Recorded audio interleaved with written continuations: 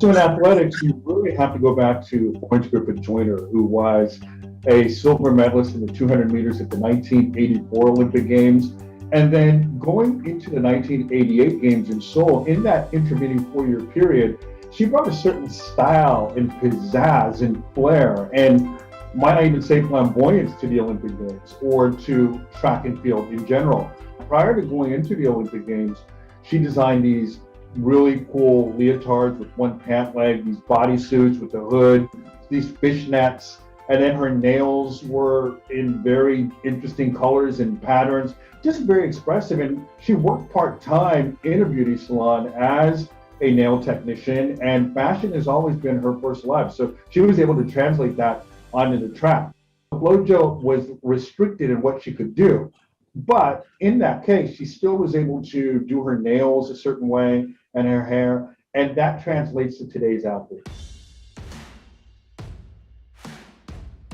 FloJo stylized what it meant to distinguish yourself among other athletes. And she did it while expressing all amount of enthusiasm and joy on the track. So today's athletes perhaps emulate that in a large degree. Women of color, whether it's Black Americans, Black Britons, Jamaicans, tend to perhaps be pioneers in these types of areas, whether it's music, whether it's style, whether it's fashion. When someone comes in with different color hair, different color nails, though, that is who they are off the track. So if there are no regulations against bringing that to the track, there's no reason to change that. That's what they bring to the field of competition, and they compete like that. So the whole world gets to see them as they are.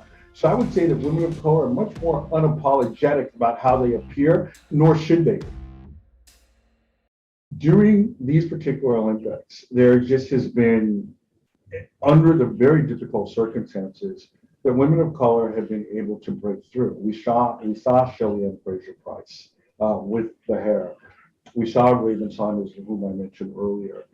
And so, despite all of these challenges, we're still able to see them in their natural element, and that's really fun to watch, quite fun to watch.